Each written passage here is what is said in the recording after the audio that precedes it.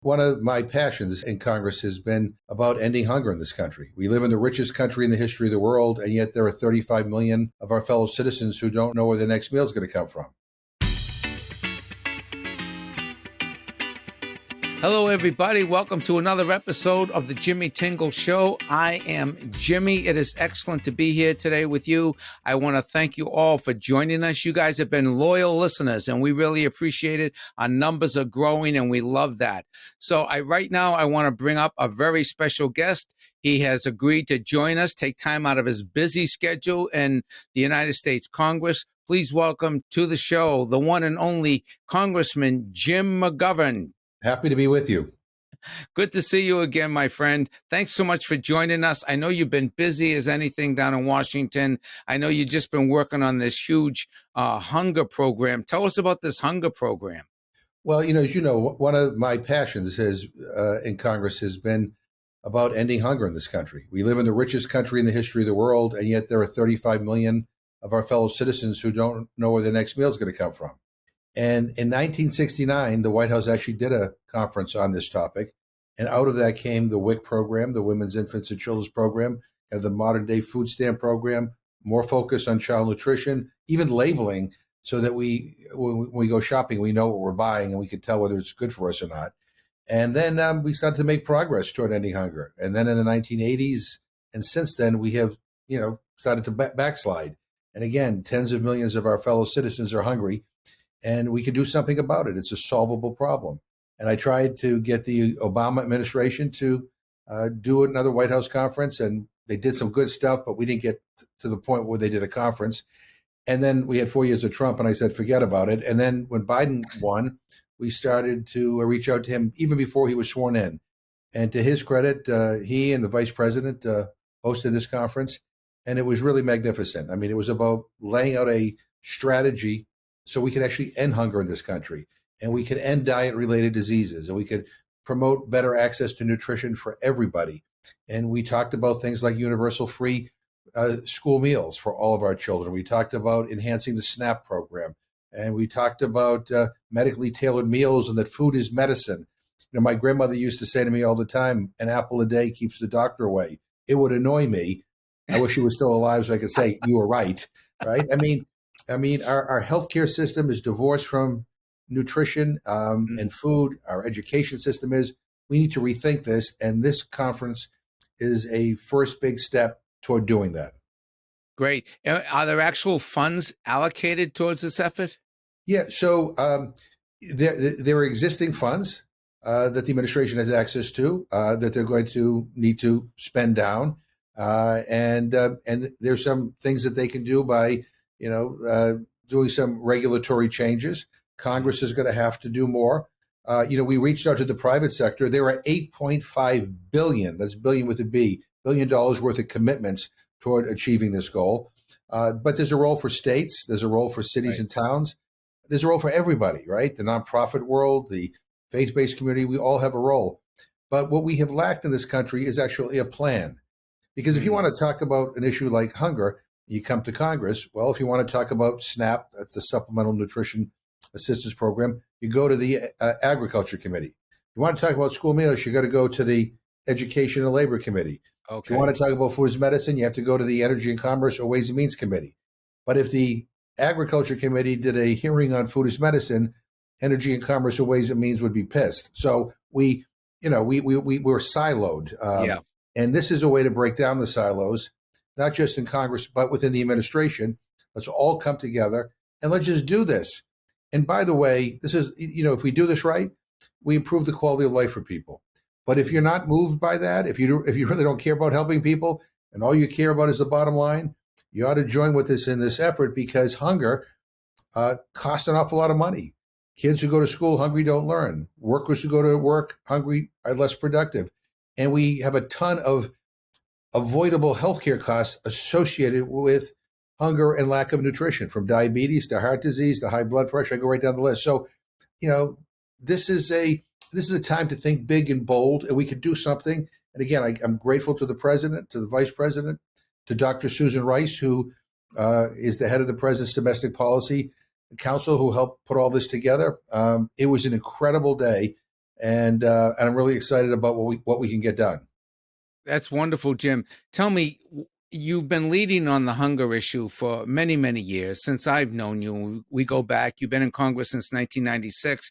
I think I go back at least that far with you. And I remember you used to work for Joe Moakley. Yeah. Where does this passion for solving the hunger issue come from on a personal level with you? Well, actually, before I worked for Joe Moakley, I worked for Senator George McGovern. No relation, great last name, but I worked my way through college in his Senate office at a paid internship.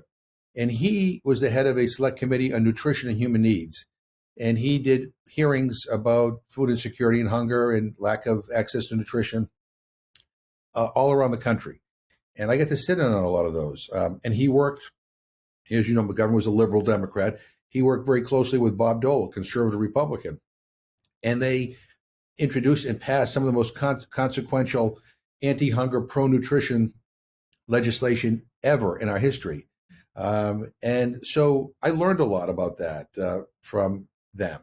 And then when I got elected to Congress, people would come to my office who were looking for food.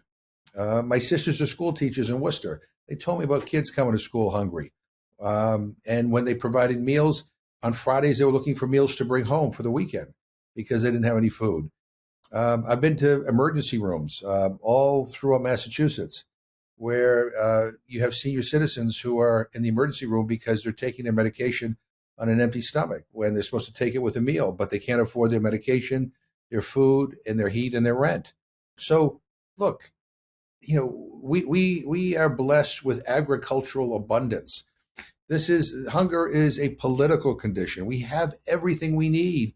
What we have lacked is the political will. And the point of this effort, this conference, is to just, get that political will. Let's create this movement.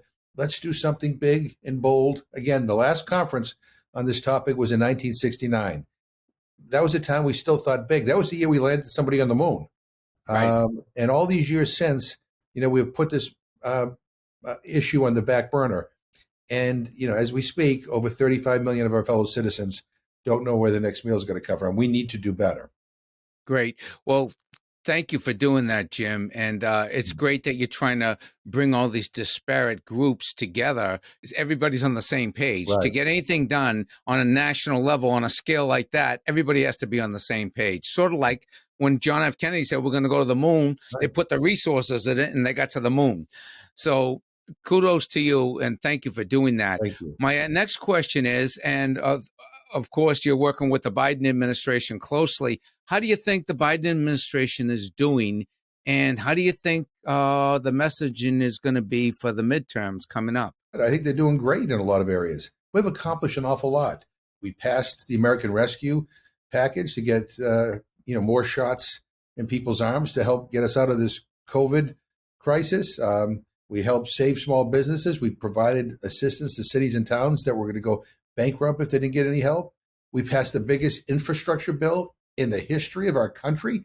I mean, I did a Google search of all the structurally deficient bridges in my congressional district, and you're lucky I'm alive to be able to talk to you. I mean, it is unbelievable, right?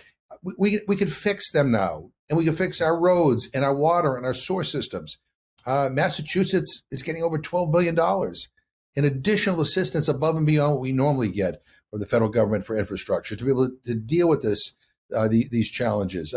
We passed the Inflation Reduction Act, not only to, deal with the issue of inflation, to lower costs. We gave Medicare the ability to negotiate lower prescription drug prices for our seniors. We capped the out-of-pocket monthly expenses on insulin by, to $35. That's a big deal. And we put forward the biggest investment to combat climate change ever. It's huge to help us make transitions to cleaner energy, to electric vehicles, to retrofit buildings and homes with better insulation. I mean, it's really quite incredible. And, and sometimes we don't focus on the good. It's easier to focus in on, the challenges that we have. And we have challenges. And we have this, crazy man in Russia, Vladimir Putin, launching a war against Ukraine and screwing up the world's food supply because Ukraine is the breadbasket of the world. And so we're having trouble getting food out of there. Gas prices go up, go down. They may go up again. Who knows? But that tells us why we need to be grateful that we passed this huge investment to promote green energy.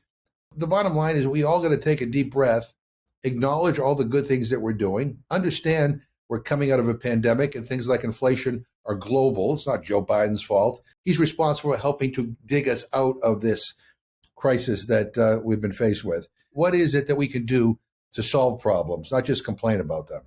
Mm-hmm. How do you think he's doing with foreign policy? Do you think the former president would have been able to unite NATO against Putin? Yeah, I mean, look, Trump wanted to do away with NATO. He wanted us to get out of NATO. Trump would have, handed Putin Ukraine. Don't forget, Trump thought Putin was, wonderful. And I think maybe it was because he's grateful for all of the Russian interference in the 2016 election, to beat up on Hillary Clinton and say that Donald Trump was great. But the bottom line is Donald Trump cares about one thing and one thing only, and that's himself. He didn't care about anybody. I didn't care about any country. It's all about him, how he enriches himself and his family. And quite frankly, he is somebody who, if he had gotten reelected, would have moved this country, our country, away from democracy and more toward authoritarianism. And he's still a threat.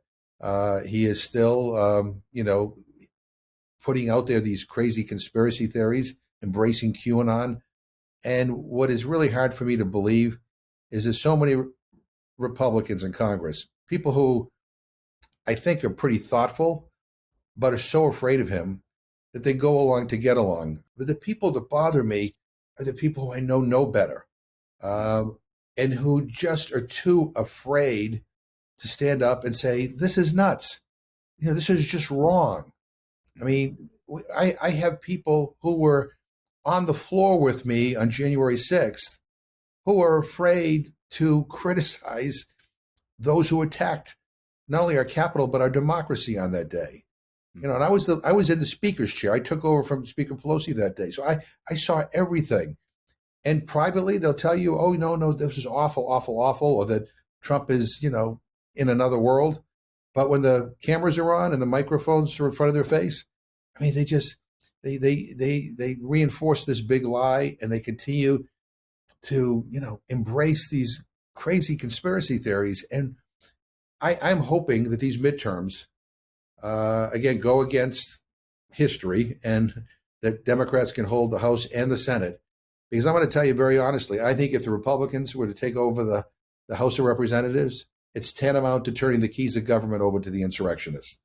I'm really worried. It empowers the most extreme, the lunatic fringe of the Republican Party. If they lose, then it will force the Republicans to reevaluate who they are. And they'll go back to being the Mitt Romneys or the Barry Goldwaters or the John Boehners or whatever. And they'll move away from QAnon and all this other crazy stuff. Jim, how would you suggest people get involved if they are persuaded that the Democrats would be a better group to run Congress? How would you suggest that people help that become a reality or remain a reality? Well, I mean, depending on where you're from, get involved in a campaign. And if you're living in a state where your congressional representative is safe, then look to a neighboring state. We all have relatives in other states. We all have friends and people who are in our wedding parties and we went to college with, went to high school with. Let's reach out to them, tell them to get involved. Yeah. If you want to know what races you need to focus on, go to the DCCC, that's the Democratic Congressional Campaign Committee, dCCC.org, and look up, what the status of the races are in your state or or states that you're near. If you're in Massachusetts, you know what? Take a weekend and go up and volunteer for Chris Pappas or Annie Custer up in New Hampshire, or Maggie Hassan is running for re-election to the Senate. We have a race in Rhode Island, that is an important race to be involved with. I could go on and on and on. Please tell people, because especially the people in Massachusetts, I know a lot of people want to help. They're not always sure how to do it. So you're recommending the dCCC.org. Right. And then look up the races and think where you may have some influence. look, none of us want to wake up the day after election and say that and see that we lost, but knowing that we could have done more. Mm-hmm. I mean, I tell people all the time that what's at stake is not just the usual stuff like, economic policy and foreign policy and environmental policy, the stuff we fight about all the time. What is at stake literally is the future of our democracy. I mean, I am really worried that we are going to lose our democracy. We came so close on January 6th. Came so close. And, the people who right now want to run the Congress are the people who are giving comfort to those who attack the Capitol. They're giving comfort to those who promote QAnon conspiracy theories online. And look, this is real. Mm-hmm. And there's nothing that says that our democracy, our democratic republic, has to remain. There's nothing that guarantees it. And it's amazing that when you look over history, the reason why it stayed intact is because people on both sides were sensible and rational, that precedent played a role, that there was some lines that nobody dared to cross. That's all gone now. Donald Trump has crossed every line. The insurrectionists have crossed every line. I mean, we are in a whole different category. But this is the moment to stop them. And if we don't, I really, really fear for the future of this country. And again, I'm a liberal Democrat. I have a lot of respect for over the years for some really conservative Republicans. I've always felt that you don't have to agree on everything to agree on something. And there's something we agree on, we got to get done, and we could fight about the rest of the stuff. But this is no longer even about that. This is about whether the system that we have, where people matter, stays in place. And so go to the DCCC.org, figure out what the campaigns are in your community or nearby states, but just get involved. This is an all hands on deck moment where we have to push back. So there are races up in New Hampshire. There's Maggie Hassan. There's Chris Pappas. There's Annie Custer, you said, up in New Hampshire. All those races need help. They need funds. They need people knocking on doors, making phone calls. The race in Rhode Island, the candidate's last name is Magaziner, who's running to replace Jim Langevin, and he's got a Republican challenger that is, a fairly popular mayor there. But here's the deal. To anybody who's thinking about voting for a Republican in this upcoming election, let me just say this. It doesn't matter at this moment whether they're, extreme MAGA or they're more moderate, because the bottom line is electing a Republican to the House or the Senate, just the mere elevation of electing them to a seat and giving control to the Republicans means that the agenda that they've all been talking about, including a national ban on abortion, can move forward. Reversing the investments we made in climate change, undercutting some of the key provisions in the infrastructure bill or the American Rescue Act, reclaiming important funds that have gone to communities to deal with the public health crisis. All that's in jeopardy. The Republicans have a very, very radical agenda that they've outlined. And if you give them a majority in Congress, they then have the ability to bring all that to the floor of the House and Senate, vote on it, and then we're going to have to live with the consequences. So now is the time to step up and to fight back. Right. January 6th gets all the headlines, understandably and rightfully so. But January 5th was the day that Stacey Abrams and the Democrats rallied in Georgia. They got the first African-American senator in the history of Georgia. They got the first Jewish-American senator in the history of Georgia. And they did that, and it was a huge upset. But they did it not with rhetoric. They did it with knocking on doors, making phone calls, door-to-door retail politics, calling people, donating, and getting involved. So that's got to be the call to action as we approach the midterms. Get involved, do something for the team. If that's your persuasion, if you're Republican, do something for the Republicans and say a prayer for both sides. Say a prayer for both sides. And if you want to help Jim McGovern, you go to jimmcgovern.com. Is that right? That's correct. jimmcgovern.com. And we'd love all the help we can get. But thank you. But I think the important message here is we all got to get out and vote, and we have to do more than vote. We have to be active in these campaigns. And if we do that on November 8th, we'll have a good day, and the future of the country will be bright. And even if it doesn't go okay, I know you'll still be in there. You'll still be swinging on behalf of hunger, in terms of justice, in terms of peace. I know you'll still be swinging because you have since 1996, and we so appreciate you. You make us proud here in Massachusetts, Jim. Well, I love you, so thank you very much. Thank you so much, and continued success. Thank you for joining us today. This has been a Humor for Humanity production. Our mission is your mission. Humor for Humanity at jimmytingle.com. Thank you.